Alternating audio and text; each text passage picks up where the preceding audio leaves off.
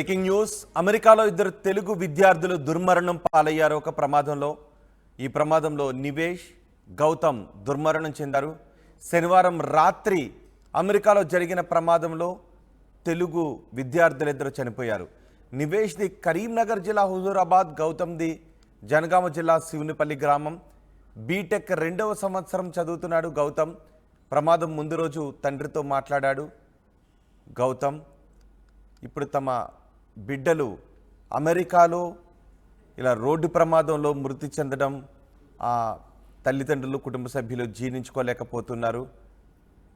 ఒకసారి ప్రమాదం గురించి మరింత సమాచారం మా ప్రతినిధి వెంకటరత్నం అందిస్తారు. చదివి భవిష్యత్తుపై ఎన్నో ఆశలు పెంచుకొని అమెరికాకి వెళ్ళి ఒక మంచి స్థాయిలో స్థిరపడాలన్నటువంటి ఆలోచన ఇప్పుడు ఒక్కొక్కరి కుటుంబాల్లో ఒకసారి సంతోషాన్ని నింపిస్తే మరికొన్ని కుటుంబాల్లో విషాదాన్ని నింపుతుంది. అమెరికా ఆరిజోనా యూనివర్సిటీలో చదువుతున్నటువంటి 19 ఏళ్ల గౌతమ్ రోడ్డు ప్రమాదంలో మృతి చెందడాన్ని తల్లిదండ్రులు తీర్లించుకోలేకపోతున్నారు. ప్రస్తుతానికైతే ఇక్కడ హనుమకొండలో వారి నివాసం ఉంటున్నారు. గన్పూర్ స్టేషన్ గన్పూర్కు చెందినటువంటి వారి నివాసం అక్కడే ఉంటుంది. అక్కడ స్వర్ణకారుడిగా పనిచేస్తున్నటువంటి ఆర్యవైశ్య సంఘానికి సంబంధించినటువంటి అధ్యక్షులుగా వీరు పనిచేస్తున్నారు. పార్షి కమల్ గారు అయితే ప్రస్తుతం వారు మనతో ఉన్నారు. అసలు ఏం జరిగింది, వారికి సమాచారం ఎలా అందించారు, ఎవరు వీరికి సంబంధించి సమాచారం చెప్పారు, అసలు సంఘటనకు సంబంధించినటువంటి కొన్ని వివరాలు మనం మర్నాడు తెలుసుకుందాము. సార్, అసలు ఈ గౌతమ్ చనిపోయాడన్నటువంటి విషయం మీకు ఎవరు చెప్పారు? నిన్న నివేష్ అనే అతను కూడా చనిపోయాడు. మా గౌతమ్ వాళ్ళ వాళ్ళ చిన్నాన్న నాకు ఫోన్ చేసి మా నివేష్ చనిపోయాడు, మీ అబ్బాయికి గురించి ఏమైనా వచ్చిందా, గౌతమ్ గురించి ఏమైనా తెలిసిందా అని అడిగారు. ఆల్రెడీ వాళ్ళకి తెలిసినట్టు మాకు ఏం తెలియదండి అంటే ఇద్దరు చనిపోయినట్టు వార్తలు వస్తున్నాయి, మాకు ఏ ఇన్ఫర్మేషన్ రాలే అక్కడి నుంచి అని చెప్పాం సార్. ఓకే, నివేష్ అలాగే గౌతమ్ ఇద్దరు క్లాస్మేట్స్ ఒకే యూనివర్సిటీలో చదువుతున్నారా? ఒకే యూనివర్సిటీ చదువుతున్నాడు. 10th క్లాస్లో కూడా ఇక్కడనే ఇద్దరు ఢిల్లీ పబ్లిక్ స్కూల్లో చదువుకున్నారు. కానీ ఎవరికి వాళ్ళే వెళ్ళారు. అక్కడ పోయినాక కలుసుకున్నారు. వచ్చే 22వ తారీఖు ఇద్దరు కలిసి ఇండియాకి వస్తున్నారు. ఇద్దరు క్లాస్మేట్స్, అక్కడ క్లాస్మేట్స్, ఇక్కడ క్లాస్మేట్స్. ఓకే, మీకు తెలిసిన వివరాల ప్రకారం అసలు యాక్సిడెంట్ ఎలా జరిగిందని చెప్పి మీకు సమాచారం అందించారు? మాకు అక్కడ పోలీస్ కన్సర్న్స్ నుంచి ఎలాంటి సమాచారం కాదు, కానీ అక్కడ మా కజిన్స్ వెళ్ళినట్టు అక్కడ ఉన్న స్టూడెంట్స్ ప్రకారం చెప్పిన ప్రకారం ఏంటంటే వీళ్ళు స్టేట్ హైవేలో 60 కిలోమీటర్ రేంజ్లో వెళ్ళాలంటే అట్లా వెళ్తుంటే వెనుక ఇంకో కారు వెళ్తుంది. దాన్ని ఓవర్టేక్ చేసే ఒక ట్రక్ ఓవర్టేక్ చేసే క్రమంలో దాన్ని ఓవర్టేక్ చేస్తూ ముందున్న మా అబ్బాయి వాళ్ళ కార్ని క్రాష్ చేసి అది దాన్ని ఏమంటారంటే కార్ ట్యాక్సీ లాగా దాన్ని ఏంటంటే దాన్ని కార్ ట్రక్ అని దాన్ని అంటారు. అది ఏకంగా వచ్చి డైరెక్ట్ వాళ్ళని హిట్ చేసింది. వాళ్ళు ఓవర్టేక్ చేస్తూ వీళ్ళని మంచి ప్రాపర్గా వేయేవాళ్ళని వీళ్ళని హిట్ చేసింది. స్పాట్గా మా అబ్బాయి నివేష్ ఇద్దరు జరిగిపోయారు.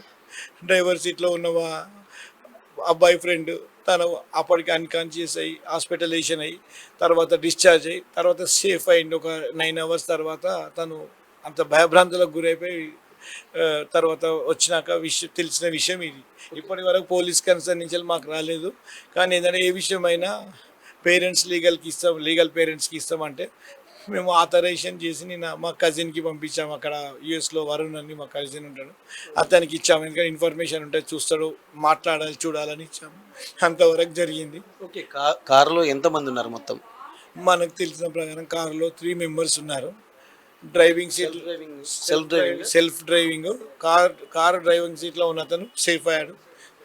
ముందు సీట్లో మా బాబు విత్ బెల్ట్, అందరూ ఇద్దరు బెల్ట్ పెట్టుకొని ఉన్నారు. వెనుక సీట్లో ఉన్న అతనికి బెల్ట్ ఉందో లేదో తెలియదు. ఫస్ట్ అతను హిట్ చేసినాక మా బాబు సైడ్ అంటే ఈ సైడే వచ్చి అక్కడ లెఫ్ట్ హ్యాండ్ సైడ్ డ్రైవ్స్ ఉంటాయి కాబట్టి రైట్ సైడ్ నుంచి వెళ్ళి డైరెక్ట్ హిట్ చేసరికి వాళ్ళకి ప్రెషర్ అయింది. మా బాబుది కూడా బెలూన్స్ ఓపెన్ అయినాయి అని చెప్తున్నారు. కాకపోతే హిట్ అయి ప్రెస్ అయ్యేసరికి అంటే అక్కడ చెప్పిన విషయం ఏంటంటే మేము చూసింది ఆఫీషియల్గా లేదు. ఎవరో CPR కూడా చేశారట మా బాబుకు. ఎవరో లేడీ వచ్చి చూసి పల్స్ లేదండి అన్నదంట. స్పాట్ డెడ్ ఇద్దరు అయ్యారు సార్. ఓకే, ఇప్పుడు పోలీస్ దగ్గర నుంచి వాళ్ళ ఫార్మాలిటీస్ అయినా పూర్తి చేస్తున్న ఇన్వెస్టిగేషన్ జరిగిందని తెలిసిందా మీకు? వాళ్ళు ఒకటే మేము బాడీని చూపెట్టాం. ఇన్వెస్టిగేషన్ తర్వాతనే ఏది ఉంటుంది. ఏ విషయమైనా మీకు ఇక్కడ ఎవరికి చెప్పము. మేము చెప్పాల్సింది ఒకటే, పేరెంట్స్ లీగల్ పేరెంట్స్ వాళ్ళకే ఇన్ఫార్మ్ చేస్తామని, అంతకుమించి వేరే చెప్పలే, మాట్లాడలే, చూడనీయలే వాళ్ళు. ఓకే, ఇన్వెస్టిగేషన్ అయిపోవడానికి ఎన్ని రోజులు సమయం పడుతుంది అంటున్నారు? వాళ్ళ ఇన్వెస్టిగేషన్ మన ఇండియన్ కాలమాన ప్రకారం ఈ రోజు రాత్రి 8 గంటలకు స్టార్ట్ చేస్తారని తానా వాళ్ళు ఫోర్స్ చేసి అందరూ నుంచి ప్రెషర్స్ పెట్టి పొలిటికల్ లీడర్లతో కూడా చెప్పించాము. అందరి ప్రయత్నాలు జరుగుతున్నాయి అని చెప్పారు. ఇవాళ రాత్రి మనకు తెలుస్తుంది 8:30 అంటే మనకు వాళ్ళకి సోమవారం మార్నింగ్ 8 o'clock అవుతుంది. ఓకే, అంటే తానా వాళ్ళు ఇనిషియేషన్ తీసుకుంటున్నారు ప్రాపర్గా? తానా వాళ్ళు ఇనిషియేటివ్ తీసుకుంటున్నారు. వాళ్ళు మన డీటెయిల్స్ అన్ని తీసుకున్నారు. వాట్సాప్ గ్రూప్ క్రియేట్ చేసాము. వీలైతే క్రౌడ్ ఫండింగ్ కూడా చేస్తా అన్నారు వాళ్ళు. మేము చేస్తాం, మీకు ఏం అవసరం లేదని వాళ్ళు చాలా కోఆపరేటివ్గా ఉన్నారు. ప్రాసెస్ అంతా మా అన్నయ్య కొడుకు చూస్తున్నాడు, ఇక్కడి నుంచి వెళ్ళి చూస్తున్నాడు. వాళ్ళు చెప్పింది ఇది విషయం సార్. ఏదైనా ఇవాళ స్టార్ట్ అయితే మనకు తెలుస్తుంది. ఓకే, ఈరోజు ప్రాసెస్ స్టార్ట్ అయితే తను డెడ్ బాడీని ఎప్పటి వరకు తీసుకొచ్చేటువంటి అవకాశం ఉంటుంది అని? అంటే పోలీస్ ఫార్మాలిటీ చాలా ఎక్కువగా ఉంటుంది. ఈరోజు స్టార్ట్ చేస్తే ఈరోజు కనుక వాళ్ళు బాడీని అటాప్సీ చేసి ఇస్తే మాత్రం థర్స్డే వరకు నైట్ వరకు మనం పంపిస్తాము అన్నారు. అది ఇతిమిద్దంగా ఏదైనా ఈరోజే చెప్తాము, వాళ్ళు స్టార్ట్ చేయండి మనం ఏం చెప్పలేము అన్నారు. సో అది స్టార్ట్ చేసే వరకు మనకి ఎప్పుడు వచ్చేది తెలియదు. ఓకే సార్, ఇప్పుడు సెల్ఫ్ డ్రైవింగ్ అని చెప్తున్నారు, వాళ్ళంతా పరిణతి చెందినటువంటి డ్రైవింగే ఉండొచ్చు అనుకుంటున్నారా? అది నాకు తెలియదు సార్. ఎందుకంటే వాళ్ళు జస్ట్ 20 minutes డ్రైవ్కి వెళ్ళారు. ఒక ఫ్రెండ్ను డ్రాప్ చేయడానికి వెళ్ళారంట. మా బాబు రానంటే రండి ఒక 10 minutes అంటే తీసుకొని వెళ్ళారు. నాకు తెలిసి లైసెన్స్ లేని అక్కడైతే నడపరు సార్. అది ఆ విషయం ఫస్ట్ క్యాబ్ డ్రైవర్ ఉన్నారు, క్యాబ్ డ్రైవర్ని ఎంగేజ్ చేసుకొని పోయారన్నారు. తర్వాత సెల్ఫ్ డ్రైవింగ్ అన్నారు. ఏది ఇతిమిద్దంగా కరెక్ట్ తెలుస్తలేదు. అక్కడ ఎవరు కూడా కరెక్ట్ చెప్తే ఆ బాబు అన్కాన్షియస్ పోయేసరికి అతను లేచినాక అన్ని తెలుస్తాయని ఆగుతున్నాడు. షాక్లో ఉన్నాడు అతను. ఇక్కడ ముగ్గురు ఉన్నారని చెప్పి అంటున్నారు కదా, అసలు బాబు మీతోటి కుటుంబంలో ఎలా ఉండేవాడు? మీ కుటుంబ పరిస్థితులను చూస్తుంటే ఏంటంటే ఇంతమంది బంధువర్గాలు అంతా ఒక ఆవేదనతో ఉండినటువంటి పరిస్థితులు కనిపిస్తున్నాయి. అసలు బాబు మీతో ఎలా ఉండేవాడు? మీతోటి ఎప్పుడు మాట్లాడాడు చివరిసారిగా? బాబు చాలా బుద్ధిమంతుడు. తన ఓన్ కన్విక్షన్ ఉంది. ఇండియా అంటే మమకారం ఉంది. నేను ఇట్లా ఆప్షన్ ఉందిరా నాన్న పోతావా అంటే, చాలా ఖర్చుతో కూడుకున్న పని డాడీ, అండర్ గ్రాడ్యుయేషన్ అంటే నువ్వు వెళ్తా అంటే నువ్వు స్టార్టప్ చేయాలి, ఏదైనా ఇన్వెన్షన్ చేయాలని ఆలోచనలో కదా వెళ్తా అంటే చదివేది నువ్వు, ఖర్చు పెట్టేది నేనురా అంటే సరే డాడీ అని చెప్పి ఐఎల్స్ శాట్ అన్నీ కొట్టి మంచి యూనివర్సిటీలో అడ్మిషన్ వచ్చింది.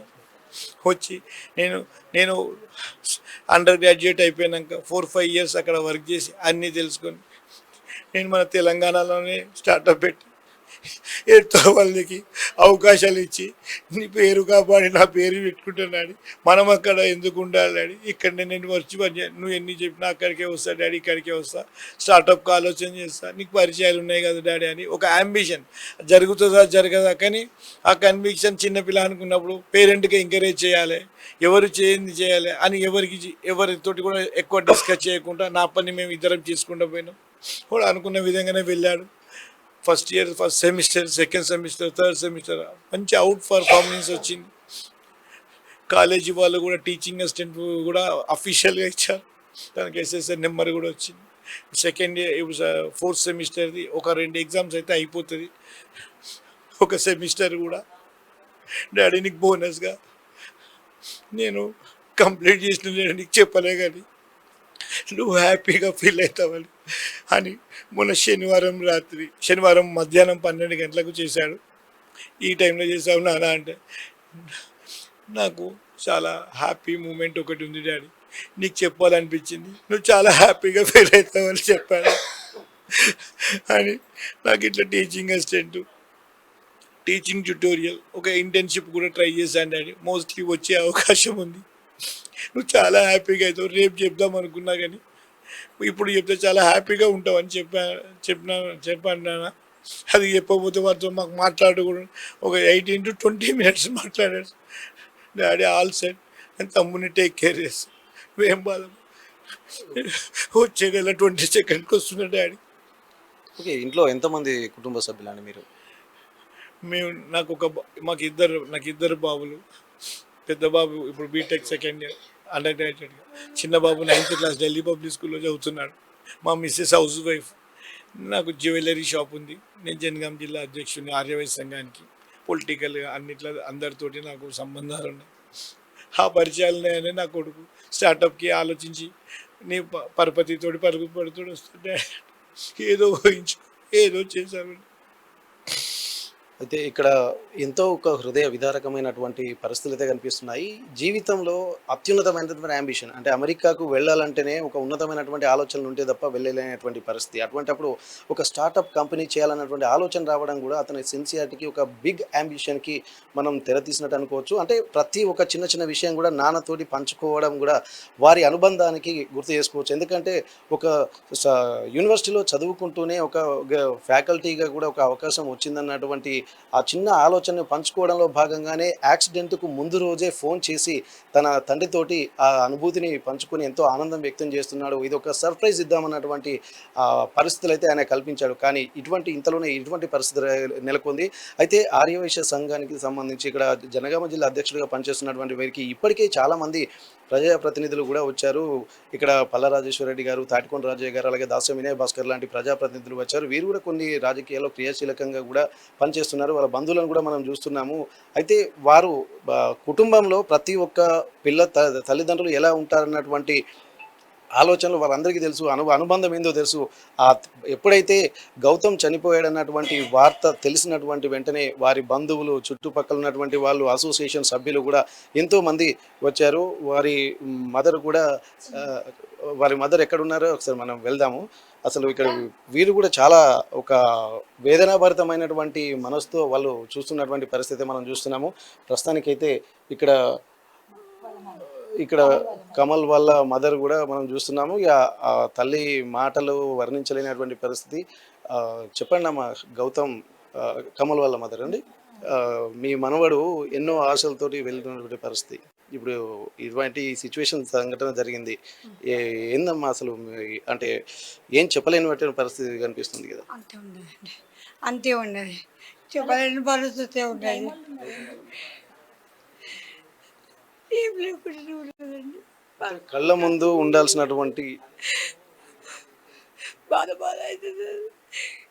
ఏకదమ్ దెబ్బలు నాకు చూసి ఎంత బాధ అనిపిస్తుంది చెప్పండి మీరు. అయితే ఇక్కడ ఎవరి మాటలు చూసినా కానీ ఒక వేదనాభరితమైనటువంటి పరిస్థితులే కనిపిస్తున్నాయి. అయితే వారి మదర్ కూడా ఉన్నారు. ఏం చెప్పడానికి కూడా లేదమ్మా. అసలు ఒకసారి చూస్తున్నాం వాళ్ళ కుటుంబ సభ్యులు, బంధువులు కూడా ఎంత వేదనాభరితమైనటువంటి పరిస్థితులు ఉన్నాయి. వాళ్ళ ఇంటికి వచ్చి అంటే నెక్స్ట్ మంత్ 22వ తారీఖు ఇంటికి వస్తానన్నటువంటి చెప్పినటువంటి కొడుకు అంతలోనే కానరాని లోకాలకు వెళ్ళిపోయాడన్నటువంటి స్థితి వాళ్ళను నిలవనీయడం లేదు. వారి బాధను కూడా ఎలా వర్ణించాలో కూడా అర్థం కావట్లేదు. అది చూస్తున్నాము. వాళ్ళ రెండో అబ్బాయి అతను ఢిల్లీ పబ్లిక్ స్కూల్లో కూడా చదువుతున్నాడు. తన అన్నయ్య కూడా ఎంతో ఉన్నతమైనటువంటి స్థాయిలోకి వెళ్ళి తనకు కూడా గొప్ప అవకాశాలు తెచ్చేటువంటి అవకాశం ఉండి ఇప్పుడు ఒకేసారిగా తన సోదరుడు లేదన్నటువంటి వార్తను కూడా ఎవరు జీర్ణించుకోలేని పరిస్థితి. చుట్టుపక్కల ఉన్నటువంటి వాళ్ళందరూ కూడా చాలా ఇబ్బందులు పడుతున్నటువంటి పరిస్థితి కనిపిస్తుంది. ఇటువంటి మంచి కుటుంబానికి మంచి పేరు తీసుకొస్తూ ఉంటాడు అన్న పరిస్థితులు ఎంతో ఎదురు చూశారు. ఒక ఉన్నతమైనటువంటి స్థాయికి వెళ్ళి తాను ఒక స్టార్టప్ కంపెనీ చేసి తన కుటుంబాల్లో, బంధువర్గాలలో, అలాగే చుట్టుపక్కల ఉన్నటువంటి వాళ్ళలో ఒక మంచి స్థాయిలో నిలబడాలన్నటువంటి ఆశలతో వెళ్ళినటువంటి గౌతమ్ తిరిగిరాని లోకాలకు వెళ్ళిపోవడం వల్ల ఇక్కడ ఉన్నటువంటి బృందావన్ అపార్ట్మెంట్ వాసులు కూడా చాలా దిగ్భ్రాంతి వ్యక్తం చేస్తున్నటువంటి పరిస్థితి. హనుమకొండ బృందావన్ అపార్ట్మెంట్ నుండి కెమెరా పర్సన్ రాజుతో వెంకటరత్నం, RTV వరంగల్.